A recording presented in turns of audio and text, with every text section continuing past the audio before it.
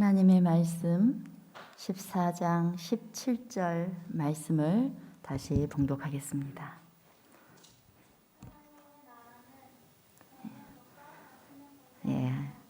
소리가 안 나오네요. 하나님의 나라는 먹는 것과 마시는 것이 아니요 오직 성령 안에 있는 의와 평강과 희락이라. 이슬람의 천국은 어떤 것인지 아세요? 이슬람교의 천국은 하나님 나라 천국은 쾌락을 누리는 곳입니다. 그곳에는 요단강이 흐르는데 4개의 하천이 있대요. 근데 그 4개의 하천에는 포도주가 흐르고 또 맛이 변하지 않는 우유가 흐르고 또 한 곳은 맑은 꿀이 흐르고 그리고 썩지 않는 물이 흐르는 곳이랍니다. 그런데 그 요단강 주변에는 그 하천에는 술이 막 흐르는 그 하천에는 남자를 알지 못하는 아름다운 여자들이 딱 주변에 있어가지고 남자들한테 시중을 든답니다. 술 시중을. 그리고 그 술은 마셔도 취하지도 않고 두통도 없대요. 그리고 그곳에는 열매 맺는 나무와 또 물이 넘치고 황금이 가득 차 있는데요. 침대에서 손을 쫙 뻗기만 하면은 맛있는 과일을 탁 따먹을 수가 있답니다. 그리고 특별히 큰 눈을 가진 아름다운 여성들을 만날 수 있는데 부인을 22명 정도 데리고 살 수 있답니다. 특별히 70명은 이 신이 아름답게 창조해서 주신 여자들이고 2명은 이 땅에서 마음에 드는 여자, 부인으로도 또 마음에 드는 여자를 데리고 갈 수 있답니다. 여러 옥으로 된 의자, 또 금으로 된 의자, 안락 의자 이런 것들이 있는데요. 모든 것들이 예쁜 또 금, 은, 황금으로 되어 있고 수정으로 되어 있어서 휘황찬란한 것 같습니다. 이슬람이 꿈꾸는 천국 하나님의 나라입니다.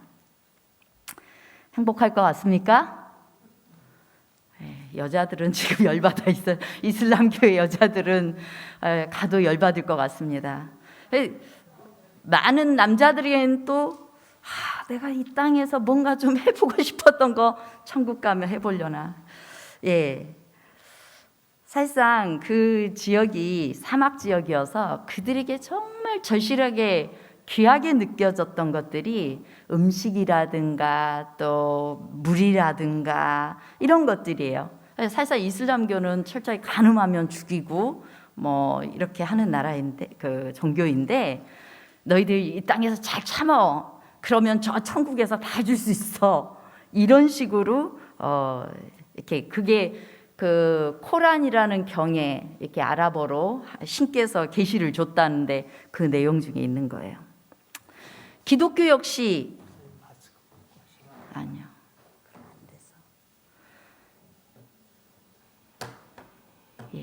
마스크를 벗으라고 하는데 그게 불법이어서 제가 지난주부터 쓰고 있습니다.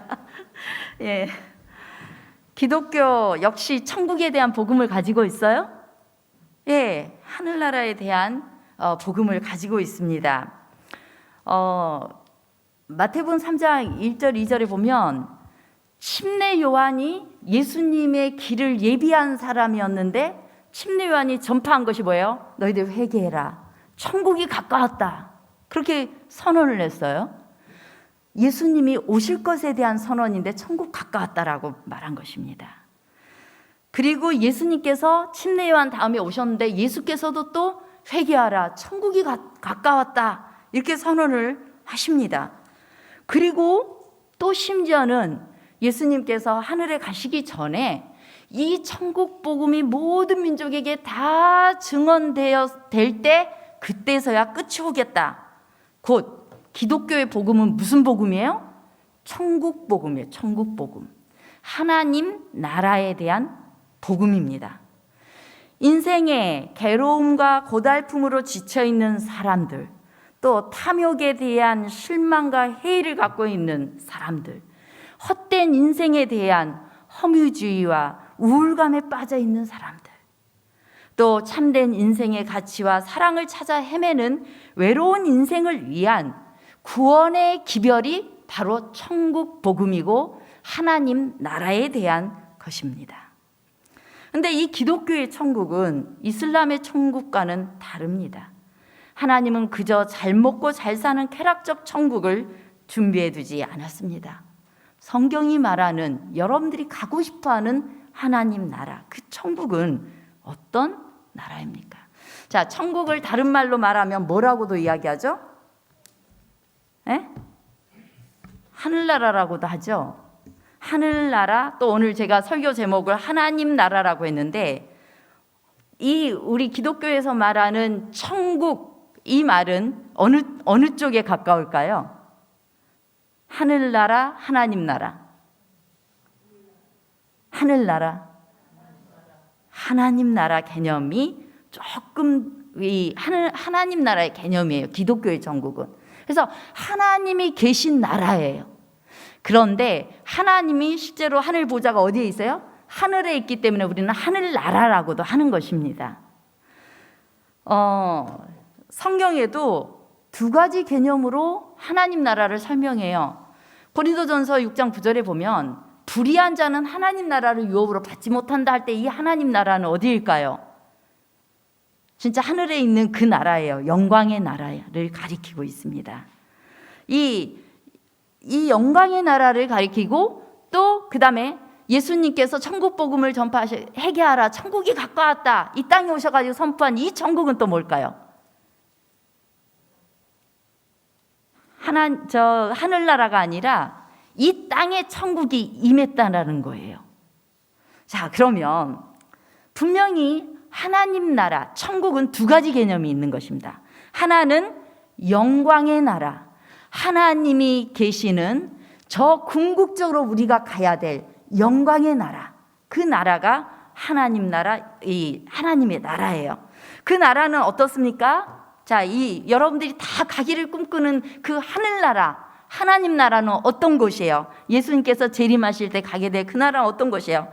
황금도성이 있고 12개의 진주문이 있고 길은 정금으로 쫙 깔려 있고 그 다음에 생명수가 흐르고 그리고 그 생명수에는 아치형의 생명나무가 둘러서 매 달마다 아름다운 열매, 생명나무 열매가 맺히는데 그것을 먹을 수 있고 하늘나라 가면 서로 물어뜯고 싸우고 이런 것들이 없이 사자들과 어린 양과 어린 아이들이 함께 뛰놀며 뒹굴 수 있는 그런 아름다운 곳입니다.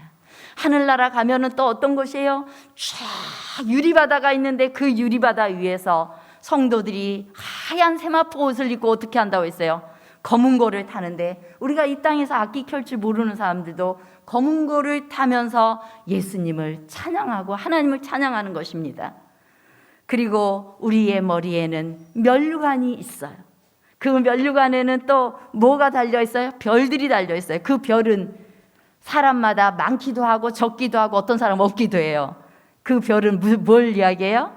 그 별은 영혼을 나를 통해 구원받은 영혼들이 한 명이면 별 한 개, 두 명이면 두 개 이렇게 되어 있는 것입니다. 그래서 이런 하늘나라를 우리는 사모해요. 그런데 이런 하늘나라를 왜 사모합니까? 우리가 그토록 사모했고 그토록 바랐던 하나님이 그곳에 계시기 때문에 우리가 그 하늘나라를 사모하는 거예요. 그 하늘나라, 궁극적으로 영원히 죄와 상관없이 있는 그 하늘나라를 우리는 영광의 왕국이라고 하는 것이에요. 이제 주님께서는 이 땅에 오셔서 하나님 나라에 대해서 또 구체적으로 이렇게 말씀하십니다. 누가복음 17장 20절에 있는 말씀입니다. 바리새인들이 하나님의 나라가 어느 때에 임하나이까 묻거늘 예수께서 대답하여 이르시되 하나님의 나라는 볼 수 있게 임하는 것이 아니요 또 여기 있다 저기 있다고도 못하리니 하나님의 나라는 너희 안에 있느니라. 예, 바리새인들과 그 당시 종교 지도자들은 어떤 메시아를 기다렸냐면 우리를 지배하고 있는 로마의 식민지하에서 우리를 해방시켜주고 로마 군인들 다 쫓아내버리고 잘 먹고 잘 살게 해줄, 우리를 승리하게 해줄 그런 메시아를 기다렸어요. 그래서 하나님 나라가 어느 때 임합니까? 라고 했을 때 하나님 나라는 이미 누가 이 땅에 오셨어요? 예수님께서 오셨어요. 하나님이신 예수님께서 이 땅에 이미 오신 것입니다. 그래서 하나님 나라는 여기 있다 저기 있다고도 못하리니 하나님 나라는 누구 안에 있느니라? 너희 안에 있느니라. 너희 안에 메시아이신 예수 그리스도를 구주로 모시면 그곳에 하나님의 나라가 있다라고 가르쳐주고 있는 것입니다. 비록 세상의 난리와 요란한 흔들림과 인생의 혼돈과 고통 속에서 이 천국, 곧 하나님 나라를 맛보이시기 위해서 하나님이신 예수님이 직접 이 세상에 오셨고 우리 가운데 오신 것입니다. 주님께서는 하나님이 세우시려는 그 나라는 그냥 잘 먹고 잘 살게 하는 그런 나라가 아니라 궁극적인 천국 저 영광의 도성에 이르기까지 성도들의 마음속에 천국을 세우고자 하셨어요. 여러분 마음속에 예수님의 나라를 세우고자 하신 것입니다. 그래서 생명이신 하나님이 성육신에서 이 땅에 임하시고 그분의 이름이 뭐예요?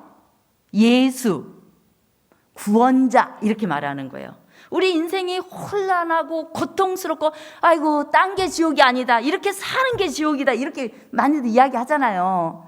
그런데 그 삶 속에서 우리를 구원해 하시고 건져내시기 위하여 오신 분이 바로 예수 그리스도시고 그래서 예수님이 하나님의 이름이 예수신 거예요. 예수, 구원자다. 하나님의 나라를 너희 안에 임하게 하고 너희가 더할 나위 없는 행복한 상태로 내가 만들어주겠다라는 거예요. 오늘 기도자께서 말한 대로 우리의 모든 무거운 짐을 예수 그리스도께 가지고 나아가 그 안에서 하나님의 나라를 경험케 하고자 하는 것입니다.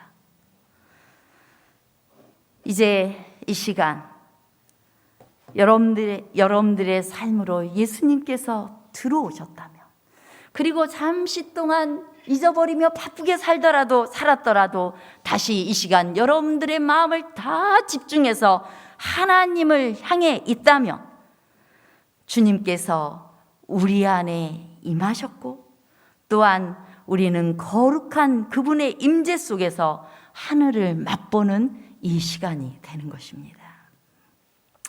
온 나라의 사람들에게 당신들이 인생에서 제일 원하는 게 뭡니까? 라고 물어봤어요. 답이 뭐였을 것 같아요? 여러분들이 원하는 거예요. 여러분 뭐 하기를 원하세요?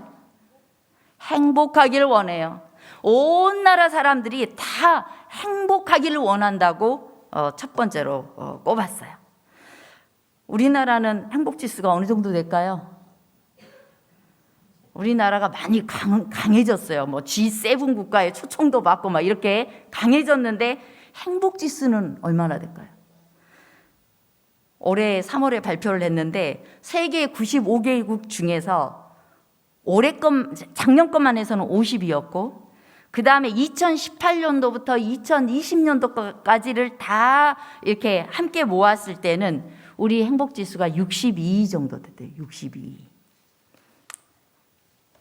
1위는 핀란드였다고 합니다. 우리는 마지막 인사로 행복이라는 단어를 많이 씁니다. 저도 행복이라는 단어를 정말 많이 쓰는데 실제로 좋아하는 단어이기도 해요. 오늘도 행복하세요. 새해가 되면 어떻게 해요? 새해도 행복한 새해 되세요. 이렇게 인사를 합니다. 근데 인사해서 행복하십니까? 우리는 모두가 행복하기를 원하지만 행복하지 않기도 합니다. 그래서 그런 사람들에게 예수님께서 임하십니다. 예수님이 행복의 주체시고 또한 천국의 주인이시기 때문입니다. 제가 가끔씩 설교에 계속 인용하는 성경절이 요한복음 10장 10절입니다. 도적이 오는 것은 도적질하고 죽이고 멸망시키려는 것뿐이요 내가 온 것은 양으로 생명을 얻게 하고 더 풍성히 얻게 하려는 것이라. 예, 도적은 사단이에요. 사단은 늘 우리의 행복을, 우리의 삶을, 인생을 송두리째 날려버리기 위해서, 멸망시키기 위해서 어떻게 하면 얘가 불행해질까 이거 연구해요. 그래서 우리의 삶을 도둑질해 가려고 합니다. 그런데 반면에 예수님께서 오신 것, 이것이 모든 성경을 통틀어서 예수님이 이 땅에 임하신 예수님의 사명을 나타내는 성경절이에요. 예수님이 이 땅에 오신 것은 양으로, 우리가 양이죠. 양으로 뭘 얻게 하고? 생명을 얻게 하고, 영원한 생명을 얻게 할 뿐만 아니라 그 생명이 어떻게 되기를 원해요? 풍성히 얻게 하려는 것이라. 그냥 생명만 연장해서 100년, 200년 살면 그게 고통이에요. 그게 지옥이고. 그런데 영원한 삶을 주시되 어떤 삶? 행복한 삶. 그래서 예수님 믿는 사람은 다 뭐 해야 돼요? 행복해야 돼요. 다 행복해야 돼요.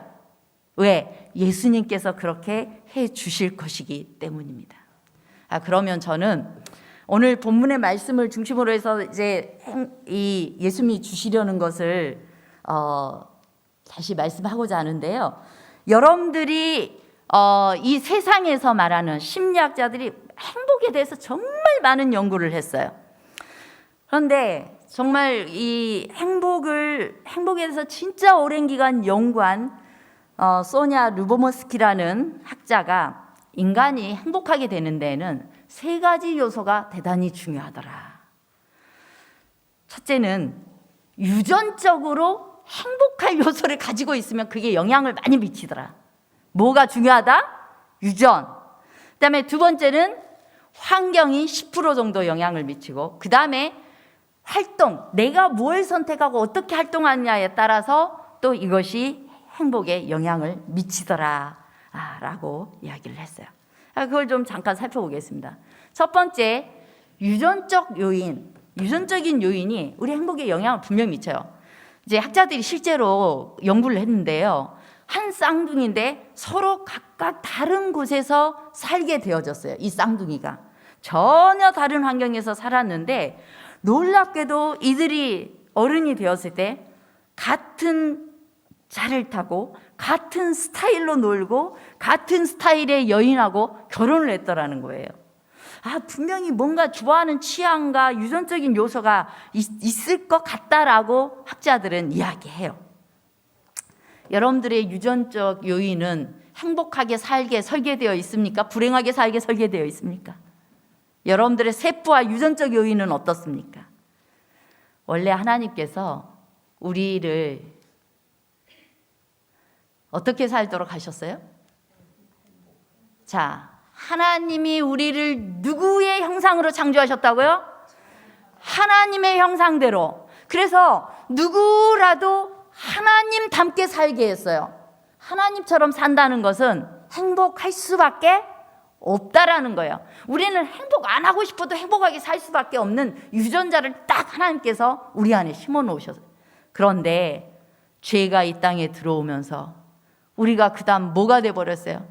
너희는 너희 아비 마귀에게서 났으니, 이런 말을 듣는 마귀의 자식들이 돼버린 거예요. 죄가 우리 안에 심어지면서 하나님의 형상이 파괴되기 시작했어요. 사단이 끊임없이 우리 안에 있는 하나님의 형상을 파괴시켜버렸어요. 그래서 예수님께서 이 땅에 오신 것입니다. 그래서 예수님께서 약속하신 것이, 그날 후로, 예수님께서 이 땅에 임하신 날 후로는 내 법을 너희 마음에 두고 너희의 생각에 내 말씀을 두어서 너희들 다시 내가 회복시킨다는 거예요. 그래서 하나님의 말씀으로, 말씀의 씨앗이 우리 안에 딱 오면 우리의 유전자가 바뀌기 시작하는 거예요. 누구의 것으로? 하나님의 형상으로 다시 회복하기 시작하는 겁니다. 그래서 여러분들이 하나님의 말씀을 많이 읽어야 돼요. 말씀을 묵상하셔야 돼요. 그 말씀을 통해서 예수님께서 여러분 안에 임하시도록 하시면 여러분의 유전자가 자꾸 불행하게 살게 되어 있는 유전자가 바뀌어져요. 그래서 행복하게 살 수 있게 그렇게 바뀌어지는 것입니다. 그래서 우리가 그러한 예수님을 마음에 받아들일 수 있게 하는 것이 뭐냐면 침례예요. 물과 성령으로 나지 아니하면 하나님 나라에 들어갈 수 없느니라. 사람이 거듭나지 않으면 하나님 나라를 볼 수 없느니라. 이 말을 다른 말로 말하면, 저는 하나님의 나라를 가장 행복한 상태로 묘사하고 싶은데요. 여러분들이 행복하려면 거듭나야 되는 거예요. 우리의 그 행복하지 않게 설계된 마귀에 의해서 망가져버린 우리의 삶이 모든 세포 하나가 다 어떻게 돼요? 바뀌어버려야 돼요.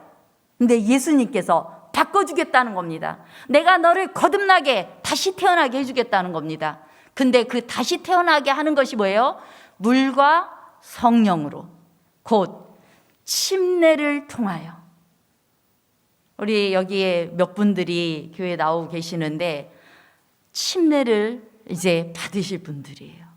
이것은 정말 좋은 일이에요. 예수님께서 내가 너를 어떻게 하고 싶어? 행복하게 해주고 싶어.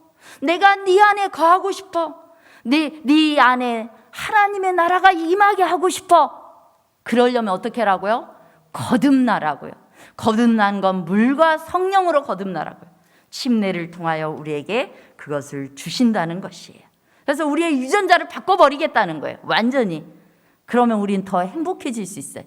두 번째, 행복을 좌우하는 또 하나의 요인이 환경 요인이 10% 정도 된대요. 사실상 행복에 우리는 우리를 행복하게 해줄 것이 우리가 좀 더 부유하게 되는 거, 좀 더 잘 사는 거, 또 뭔가를 가지는 거, 뭘 똑똑하게 잘 해내는 거, 이런 것일 것 같은데 그거는 10% 정도 영향을 미쳐요. 집이 있고 없고, 시설이 잘 되어 있고 안 되어 있고, 가난하고 부유하고 이런 것들은 사실상은 어느 정도는 영향을 분명히 미치지만 그러나 그게 전부는 아니에요. 우리는 내가 집 하나만 사면 더할 나위 없을 것 같아. 내가 명문대학에 자식을 보내기만 하면 행복해질 것 같아. 내가 조건 좋은 사람을 만나기만 하면 행복해질 것 같아. 그러기만 하면 우리 늘 그걸 바라면서 살아요. 그럼 행복해질 거라고. 그런데 그거는 아주 착각입니다. 이 쾌락 적응 효과라는 게 있어요. 쾌락 적응 효과는 좋은 집 사고 좋은 차 샀을 때 우리가 기쁘고 행복해요. 그 기쁨과 행복이 얼마 정도 갈까요? 사람마다 다 달라요. 어떤 사람 한 달 가고 어떤 사람 2달 가요. 저도 사택 이렇게 짓고 깨끗한 집에 들어오니까 좋더라고요. 그런데 그 행복이 얼마나 갈까요? 우리 부목사님 사모님은 넓은 집으로 오니까 좋았어요. 지금까지 행복도 아직 유지되고 있어요? 예, 아직 한 달 돼가지고 그래요. 자, 그런데 자꾸 살다 보면 어떻게 돼? 그냥 적응돼 버리는 거예요. 그러면 집 때문에 감사하지 않는 것입니다. 그것을 쾌락 적응 효과라고 해요. 쾌락 적응 효과에 의해서 환경 변화로 인해서 오는 행복감은 원점으로 돌아가 버리고 마는 것입니다. 실제로 학자들이 연구를 했는데 복권 당첨된 사람들, 그 다음에 또 사고 난 사람들 다 연구를 해봤는데 5억부터 10억까지 복권에 당첨된 사람들을 인터뷰해보니까 한 달도 못 돼서 원래 행복 수준으로 돌아갔대요. 사고 당해서 다리를 잃고 이래서 막 죽을 것 같던 사람도 어느 정도 1년이 지나니까 또 적응해서 살더라는 거예요. 이렇게 환경은 또 다시 원점으로 우리가 적응되어질 수 있기도 하다는 것입니다. 그래서 우리가 완전히 기본적인 의식주가 충족되지 않는 경우를 제외하고는 물질적인 부와 행복 사이에는 거의 상관관계가 없었다는 거예요. 이건 이제 학자들이 연구한 결과예요. 그래서 이슬람에서 그 쾌락적인 그런 행복을 추구하고 그 나라를 원하는데 그 나라에 가도 별 기쁨이 없을 수 있다는 거예요. 자, 우리는 때로 저 남편은 참 좋겠다. 아내가 애교도 많고 사랑스럽고 헌신적이고 부럽다. 저 부인은 정말 좋겠다. 나도 저런 남편하고 한 번만 살면 나도 행복할 텐데. 우리 이렇게 생각을 해요. 그런데 어떤 90대 노인이 그러더래요. 나는 다시 태어나도 지금 배우자를 다시 만나서 살겠습니다. 금술이 좋으세요? 아니요. 다 그놈이요. 그래도 길들인 놈이 낫지. 이렇게 대답을 하더래요. 그러니까 우리가 뭔가 부러워하고 그렇게 하는 것이 나에게 행복을 줄 것 같지만 그것이 나를 행복하게 하지는 않아요. 예수님이 주시려는 행복도 그 행복은 아니에요. 자, 내가 하나님 나 이것 때문에 괴로워 죽겠어요. 직업이 없어가지고 괴로워 죽겠어요. 나 지금 좀 아파가지고 괴로워 죽겠어요. 이것만 나으면 나는 엄청 행복할 것 같지만 그건 나아도 불행을 느끼는 사람 그대로 불행해요.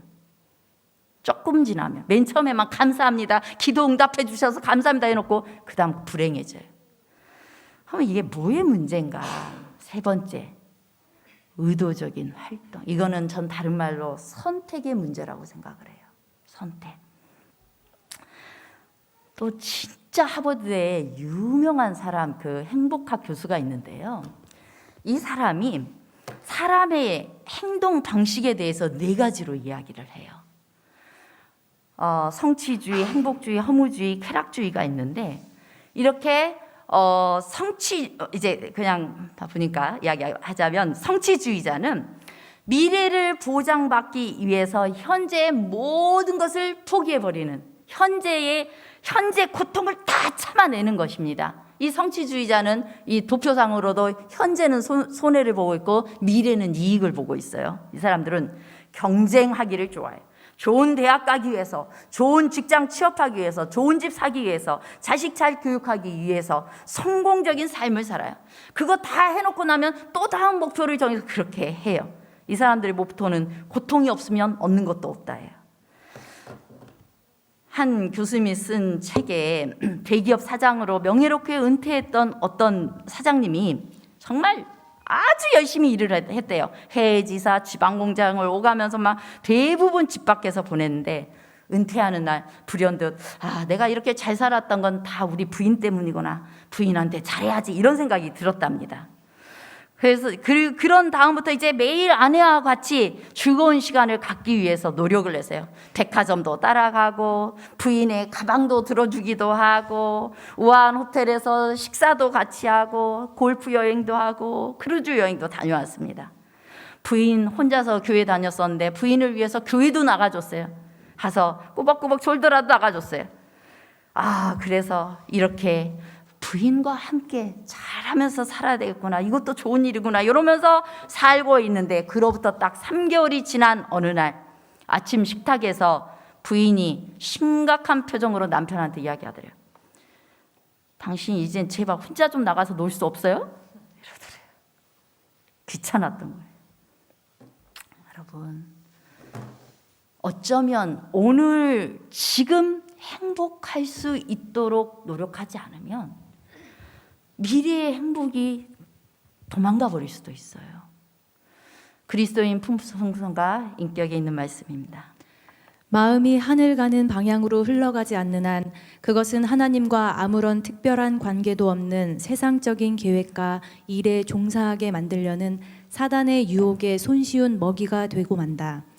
마귀는 곁에 서서 결코 얻을 수 없고 잡으려 아무리 애써도 그들의 소나기를 벗어나는 목표를 달성하기 위해 그토록 참을성 있게 고투하는 사람들의 노력을 보고 비웃는다. 사단은 사람들로 하여금 얼토당토 않는 미혹에 혹하게 만들어서 그들이 결코 실현할 수 없는 목표들을 얻는 일에 분골쇄신하게 만들 수 있다면 그는 흡족해 할 것이다. 왜냐하면 하나님의 소유이며 하나님께서 당신의 것이라고 주장하시는 마음의 능력이 바르고 올바른 대상에서 다른 데로 돌려지기 때문이다. 뭐냐면 사단은 우리를 바쁘게 만들어요. 그리고 나에게 뭔가를 쥐어줄 수 있을 것 같은 거를 집착하게 만들고 거기에 막 열정을 가지고 하게 만들어서 어느새 우리의 관심이 하나님에게서부터 멀어지도록 만들어요. 그걸 그렇게 살아갈 때 사단은 싹 미소를 짓고 있다는 거예요. 우리의 행복을 어떻게 해버린 거예요? 빼앗아 버린 거예요. 그래서 이 성취주의자의 삶도 결코 행복하지 않은 거예요. 그 다음에 두 번째 행동 방식이 쾌락주의. 이 쾌락주의는 인생 별거 있어?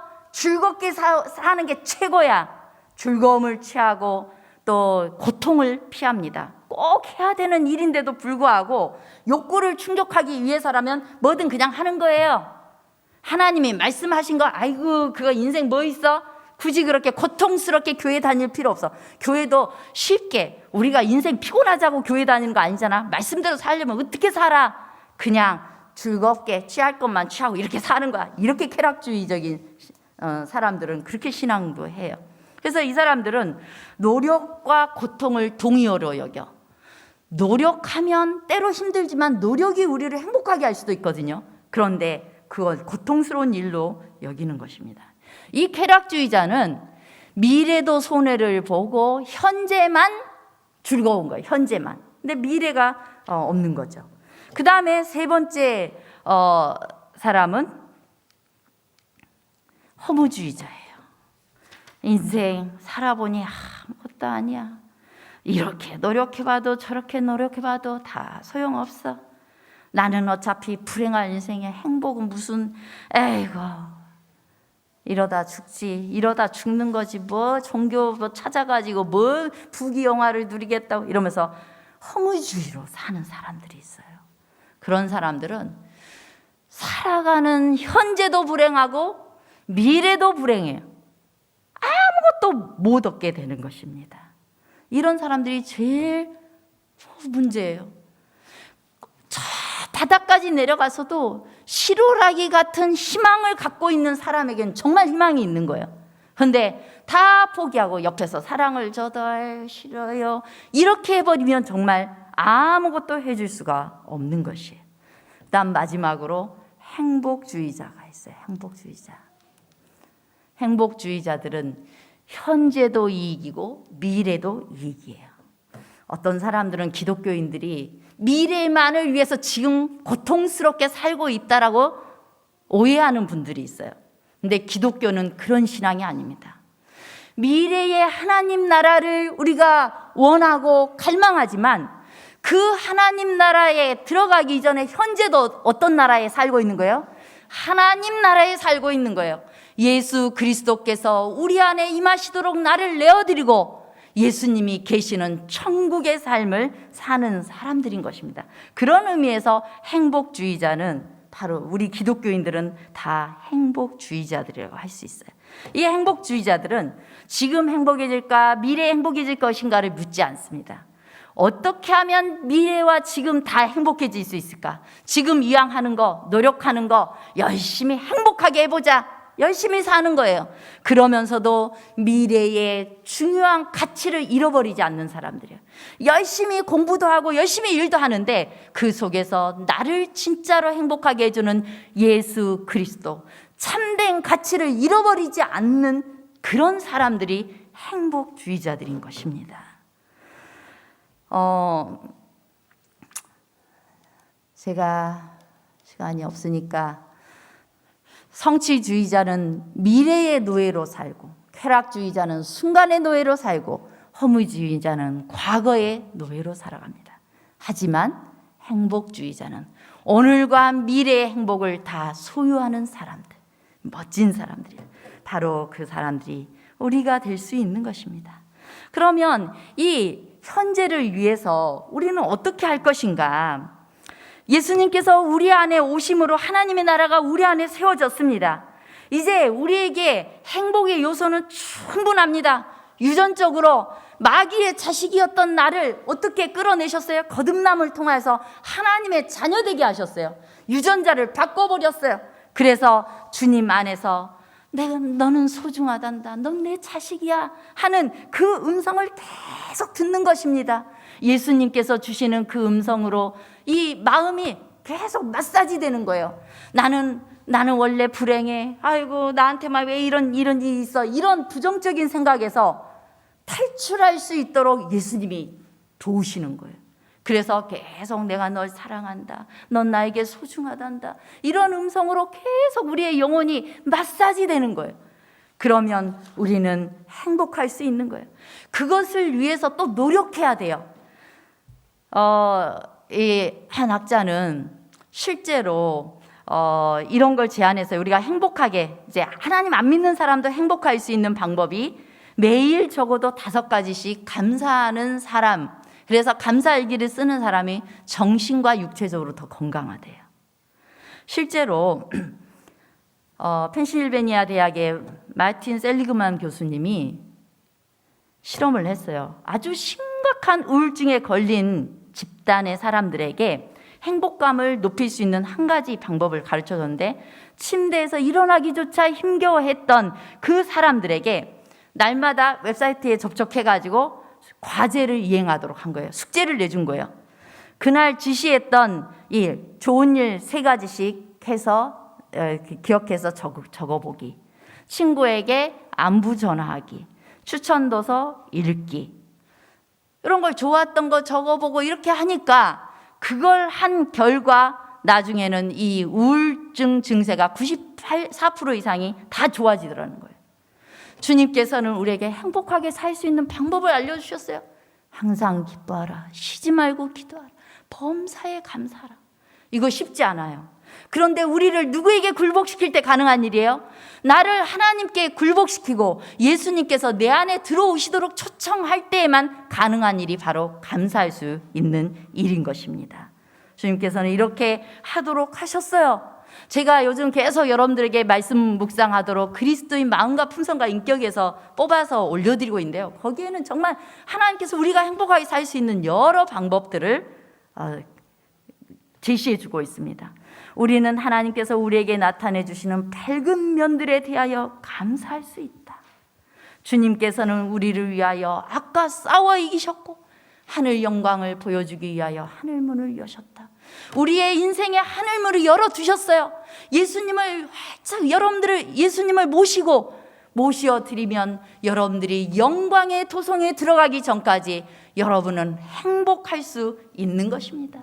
하나님의 나라가 여러분에게 임한 것입니다.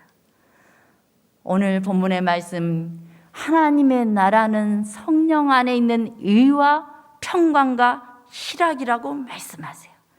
희락은 뭡니까? 희락은 성령으로 살아가는 이들에게 하나님의 성령이 가득 채워주시는 거룩한 기쁨이에요.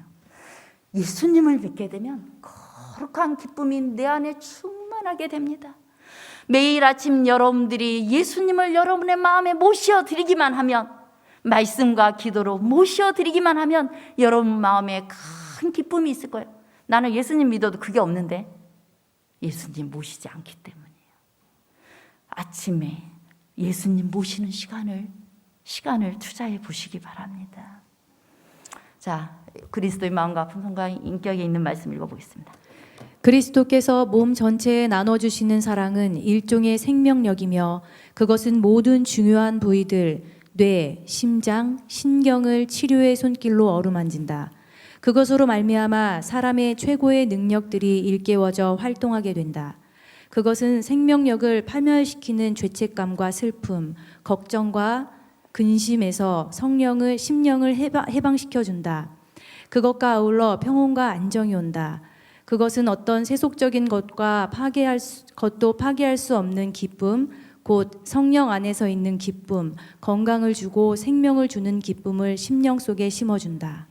이거는 사실상 의에 대한 말씀이에요. 제가 이 리모컨이 한 번도 여기 넘어가 버렸는데요.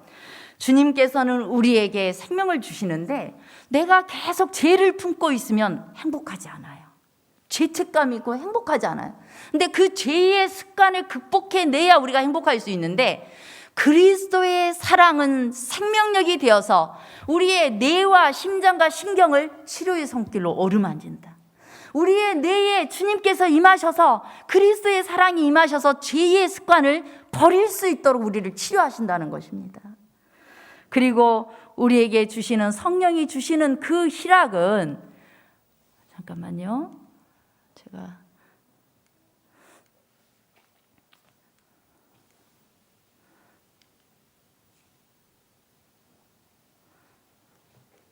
죄송합니다. 이 희락은 제가 정결계단에 있는 참 좋은 말씀, 요즘 이 봄이 되어서 새싹이 막 돋아나면 여러분 막 경외를 느끼지 않으세요?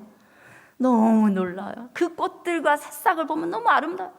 근데 하나님께서 말씀하세요. 하나님은 곧 사랑이시라는 문구는 방긋방긋 피어나는 꽃봉오리마다, 뾰족뾰족 돋아나는 풀싹마다 기록되었다. 누구한테 주는 메시지예요? 저와 여러분을 향해 주는 메시지예요. 여러분들이 봄날에 이쁘다 이렇게만 하시면 안 돼요. 예수님의 음성을 들으셔야 되는 겁니다. 하나님이 나에게 사랑해 이렇게 말해주고 있네. 그럴 때마다 우리의 영혼이 얼마나 기쁨이 충만하게 되겠습니까? 예수님을 믿는다는 건 바로 이런 거예요. 그리고 우리가 예수님을 믿음으로 이 영적인 치유가 되어 죄를 극복할 수 있게 되는 것입니다. 악한 생각은 영혼을 파멸시킨다. 하나님의 개심시키는 능력은 심령을 변화시키며 생각을 세련되게 하고 정결케 한다. 그리스도의 의가 우리 안에 들어오셔서 우리의 추잡하고 더러운 행동을 다 제거하시고 예수님의 행동을 하고 예수님의 말을 할 수 있도록 우리를 개조시키는 것입니다. 그것이 바로 예수님이 우리의 마음에 임하시면, 하나님의 나라가 우리 안에 임하시면 일어날 일입니다. 마지막으로 평강입니다. 평강. 성령 안에 있는 평강. 우리가 믿음으로 의롭다 하심을 얻었은즉 하나님으로 말미암아 화평을 누리자고 했어요. 이 평강을 얻으려면, 사람이 마음이 평안하려면 죄책감에서 해방돼야 돼요. 용서받았다는 느낌이 있어야 돼요. 그런데 우리 주님께서 이렇게 말씀하십니다. 주님께서 그대가 그대의 괴로움과 염려들을 당신의 발 앞에 가져와 거기 내려놓기를 원하신다는 것을 기억하라. 그분께로 가서 말하라. 주님, 제 짐은 제게 너무 무거워서 지고 갈 수가 없습니다. 주님께서 저를 대신해서 져 주시겠습니까? 그러면 주께서 대답하실 것이다. 내가 그것들을 지겠다. 영원한 자비로 너를 긍휼히 여기리라. 내가 그대의 죄들을 지고 그대에게 평안을 주리라. 더 이상 자존감을 떨쳐버리지 말라. 이는 내가 내 자신의 핏값으로 그대를 샀기 때문이다. 그대는 나의 것이다. 그대의 약화된 의지를 내가 강하게 해주리라. 그대의 죄책감을 내가 제거하리라. 아멘. 여러분, 우리 주님께서 여러분을 초청하십니다. 너희의 모든 괴로움과 염려들, 무거운 짐 다 가지고 나한테 와. 그리고 내려놓으렴. 주님께서 초청하셔서 우리의 마음에 쉼과 평안을 주시는 것입니다. 하나님의 나라는 오직 성령 안에 있는 의와 평강과 희락이라. 하나님의 나라는 성령 안에 있는 의와 평강과 희락이라. 예수님을 여러분의 삶에 모십시오. 여러분의 삶에 예수님이 임하시면 여러분들은 기쁠 것이고 행복할 것이고 평안할 것이고 여러분들의 삶이 더 좋은 쪽을 선택하게 될 것입니다. 자, 여러분이 하나님의 나라에 거하시게 되기를 간절히 바라겠습니다.